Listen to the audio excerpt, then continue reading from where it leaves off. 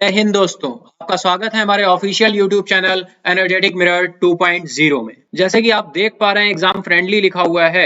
Exam friendly एक playlist है जहां पे जीएस के ऑल सब्जेक्ट्स का ऐसा कलेक्शन मिलेगा जो कि मोस्ट फ्रिक्वेंटली आस्क्ड क्वेश्चंस होंगे।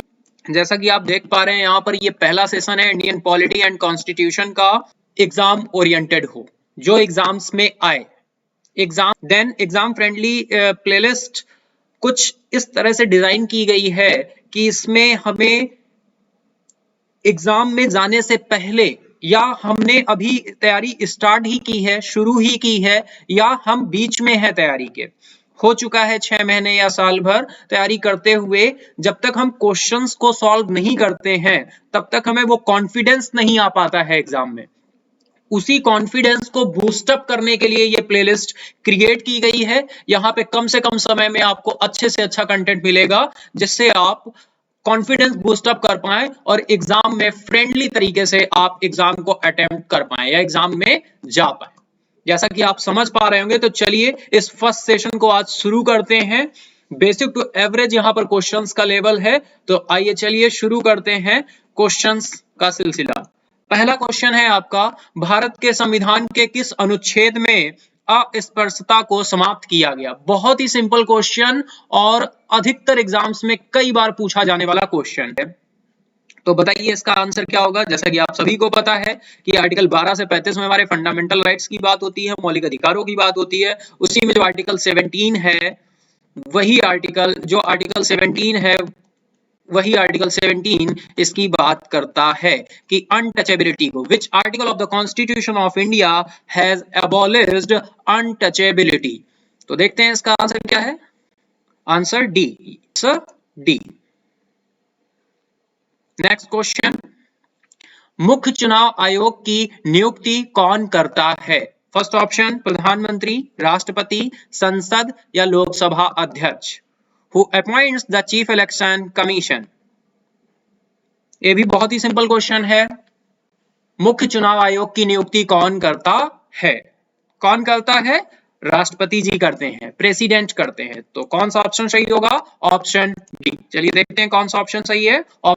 नेक्स्ट क्वेश्चन है आपका, किसी भी, यहाँ पे विधायक हो गया है, विधेयक है, किसी भी विधेयक को धन विधेयक होने का अंतिम निर्णय कौन देता है? ये थोड़ा सा ट्रिकी क्वेश्चन है। ये किसी भी विधेयक को धन विधेयक होने का अंतिम निर्णय कौन देता है? इसका सही आंसर क्या होगा? Who gives the final decision to any MLA to be a money bill? Lok Sabha अध्यक्ष, स्पीकर। ठीक है, सही आंसर क्या होगा? लोकसभा अध्यक्ष, स्पीकर। देख लेते हैं आंसर सही क्या है। आंसर बी, लोकसभा अध्यक्ष।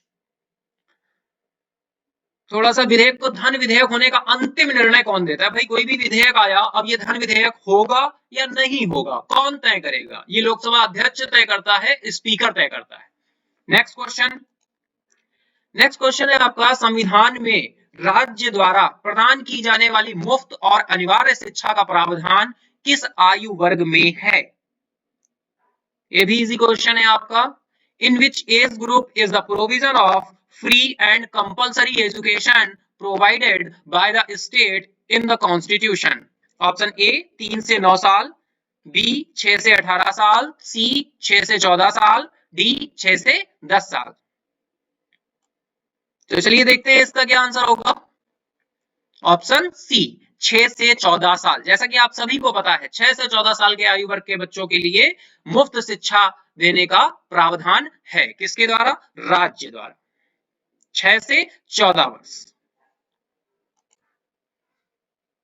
6 से 14 साल। Next question, doctor B R Ambedkar ने किस मौलिक अधिकार को भारतीय संविधान का हृदय और आत्मा कहा था? वेरी इजी क्वेश्चन, आप सभी को पता है किसे कहा, बताइए। Which fundamental right was called by Dr. B.R. Ambedkar the heart and soul of the Indian Constitution? जब ये क्वेश्चन कुछ इस तरह से पूछा जाता है कि बी आर अम्बेडकर ने किस मौलिक अधिकार को भारतीय संविधान का हृदय और आत्मा कहा था, बताइए किसे कहा था? संवैधानिक उपचारों का अधिकार, राइट टू कॉन्स्टिट्यूशनल रेमेडी।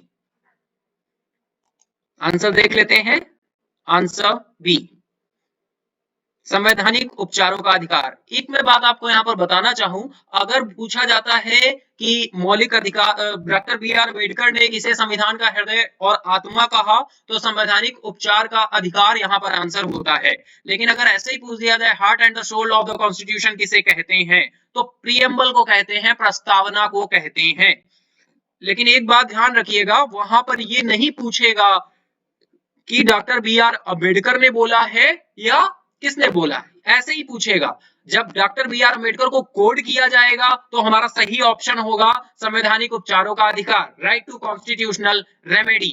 लेकिन जब डॉक्टर बी आर अम्बेडकर का बिना नाम लिए पूछा जाएगा कि संविधान का हृदय या आत्मा किसे कहते हैं, तो आंसर होगा हमारा प्रियम्बल, प्रस्तावना। तो चलिए आगे बढ़ते हैं, नेक्स्ट क्वेश्चन। ये भी बहुत ही एग्जाम में पूछा जाने वाला क्वेश्चन है, संविधान का कौन सा संशोधन दल बदल विरोधी कानून से संबंधित है? 51, 52, 53 या 54? Which amendment of the Constitution is related to anti-defection law? कौन सा है बताइए? 52। कौन सा है? 52। चलिए देख लेते हैं इसका आंसर क्या है। Option B 52। Next question, Rajya Sabha के सदस्य चुने जाते हैं, right, very simple question, Rajya Sabha के सदस्य चुने जाते हैं, सॉरी आंसर आ गया, राज्यसभा के सदस्य चुने जाते हैं कितने साल के लिए? 6 year, 6 year, Rajya Sabha member are elected 6 year, option A. Next question की तरफ बढ़ते हैं, भारत की पहली प्रथम महिला प्रधानमंत्री कौन है? Who is the first women prime minister of India? ये तो छोटा बच्चा भी बता देगा, है ना, बहुत ही सिंपल क्वेश्चन है, इंदिरा गांधी। नेक्स्ट आगे बढ़ते हैं, नेक्स्ट क्वेश्चन है, राष्ट्रपति निर्वाचित होने के पात्र बनने के लिए किसी व्यक्ति की आयु पूर्ण होनी चाहिए? 21 वर्ष, 25 वर्ष, 30 वर्ष, 35 वर्ष? To become eligible to be elected president, a person must have completed his age. ये ऐसे क्वेश्चन है, बहुत ही सिंपल क्वेश्चन है, लेकिन जल्दबाजी में कभी कभी गलत हो जाते हैं, ये चीज ध्यान रखनी है। सही आंसर होगा क्या? 35 ईयर, ऑप्शन डी। चलिए आगे बढ़ते हैं, नेक्स्ट क्वेश्चन है, लोकसभा व राज्यसभा की अधिकतम संख्या क्रमशः हो सकती है? अब देखिए ऑप्शन बहुत ही अच्छे से दिए गए, the maximum number of Lok Sabha and Rajya Sabha can be respectively. क्या होगा? देखिए यहाँ पर अधिकतम संख्या लिखी गई है, आप ये नहीं बताएंगे कि प्रेजेंट टाइम, कभी कभी ये कंफ्यूजन हो जाता है कि जब पूछा है इन्होंने क्या अधिकतम संख्या, तो जैसा कि आप सभी को पता है कि क्या कितनी है, लोकसभा में 552 और राज्यसभा में 250, तो इसका सही आंसर क्या होगा? ऑप्शन डी, क्योंकि अधिकतम संख्या पूछी है, प्रेजेंट टाइम नहीं पूछी है, और तो सही ऑप्शन क्या होगा, आंसर क्या होगा? 552 लोकसभा में और 250 राज्यसभा। चलिए नेक्स्ट क्वेश्चन की तरफ बढ़ते हैं। हाँ ये थोड़ा सा क्वेश्चन, सॉरी, वह रिट जो भारत में उच्च न्यायालय अथवा सर्वोच्च न्यायालय द्वारा किसी व्यक्ति अथवा व्यक्ति समुदाय को आदेश देती है कि वह अपना कर्तव्य पालन करे। The writ which is ordered by the High Court or the Supreme Court of India to any person or community of people to perform their duties. First option बंदी प्रत्यक्षीकरण writ, habeas corpus. Second option उत्प्रेषण writ, certiorari pronunciation सही होता है इसका, certiorari उत्प्रेषण writ. Next C option है परमादेश रेट, मैंडमस। डी ऑप्शन है उपरोक्त में से कोई नहीं, none of the above. 5 writs होती हैं, जब इंडियन पॉलिटी एंड कॉन्स्टिट्यूशन के हम सब्जेक्ट वाइज वहां पे क्लासेस लेंगे तो वहां पे ये चीजें क्लियर होंगी कि 5 रिट होती हैं, उन रिट्स का क्या क्या यूज होता है, किस तरह से उनको यूज किया जाता है। तो देन यहां पे सही आंसर क्या होगा? मैंडमस, क्योंकि यहां पर क्या बोल रहा है कि वह रिट जो भारत में उच्च न्यायालय अथवा सर्वोच्च न्यायालय द्वारा किसी व्यक्ति या व्यक्ति समुदाय को आदेश देती है कि वह अपना कर्तव्य पालन करे, तो वो रिट कौन सी होती है? मैंडमस, परमादेश, परमादेश रिट होती है। देख लेते हैं क्या है आंसर। आंसर सी, परमादेश रिट। नेक्स्ट चलिए आगे बढ़ते हैं। Okay finish. तो आज कुछ इतने ही क्वेश्चन थे। देन आज के क्वेश्चंस का ओवरव्यू जैसा भी आपको लगे आप कमेंट बॉक्स में बता सकते हैं। क्वेश्चन कुछ इस तरह के क्वेश्चंस होते हैं जो हमें लगता है पूरी तरीके से कि हमें बहुत ही अच्छे से आते हैं, लेकिन फिर भी वो कभी गलत हो जाते हैं। तो उस क्वेश्चंस को उन क्वेश्चंस को हम यहाँ पर लेकर आएंगे, तो आप अपनी राय कमेंट बॉक्स में दे सकते हैं कि आपको कैसे लगे क्वेश्चंस। ओके देखिए ये क्या कुछ दिखा रहा है ये पेज हमें, जैसा कि अभी आप सभी को पता है कि save water, save trees, save nature, save life, बहुत समय से हम सब सुनते चले आ रहे हैं ये सब। और लेकिन हाँ केवल सुनने का ही रहता है, देखने का ही रहता है, या ऐसे आ जाता है तो ऐसे लिख देते हैं एनवायरमेंट पे, या अभी तक जैसा करते चले आ रहे हैं। लेकिन अब समय आ गया है कि हमें इसको हल्के में नहीं लेना है, हमें कुछ कदम उठाने पड़ेंगे जो भी हम कर सकते हैं। देन जरूरी नहीं है कि कुछ बहुत बड़ा करें, छोटी सी शुरुआत कर सकते हैं, कुछ भी कर सकते हैं। देन जैसे एग्जांपल लेते हैं, आप रोड से जा रहे हैं मॉर्निंग में या इवनिंग में या कभी भी आपने देखा कि स्ट्रीट लाइट ऑन है, दिन में, रात में नहीं, दिन में स्ट्रीट लाइट ऑन है, मॉर्निंग वॉक गए थे तो आपने स्ट्रीट लाइट ऑफ कर दी। देन ये भी आपका छोटे से छोटा प्रयास क्या होगा, एक पॉजिटिव वाइब्रेशंस लाएगा। आपको किसी ने ऑफ करते देखा तो उसके अंदर भी ये आएगा। तो save energy, save water, save trees, save life, ये इस तरह का बहुत ही अच्छा सा हम सब देखते थे और ऐसे मानते थे, नेचर से बहुत प्यार करते हैं सब। लेकिन प्यार करने से नहीं होगा, हमें अब कुछ कदम भी उठाने पड़ेंगे।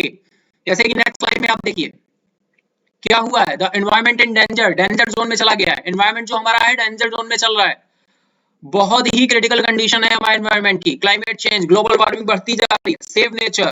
ये देखिए ये पिक्चर क्या दिखाती है, choose one for our future. देख रहे हैं कैसा टाइम आया, नेचर ने हमको आपस में मिलजुल कर रहना सिखाया था, और हम लोग आपस में मिलजुल कर रहना सिखाया था। लेकिन आज क्या कंडीशन हो गई है, ये पिक्चर क्या क्लियर कर रही है हम सबको। देखिए नेचर ने हमको हाथ मिलाना सिखाया था, गेस्चर सिखाया था, आपस में मिलजुल कर रहना सिखाया था, लेकिन क्या हुआ, वनों की संख्या वन कम होते जा रहे हैं, जंगल कटते जा रहे हैं।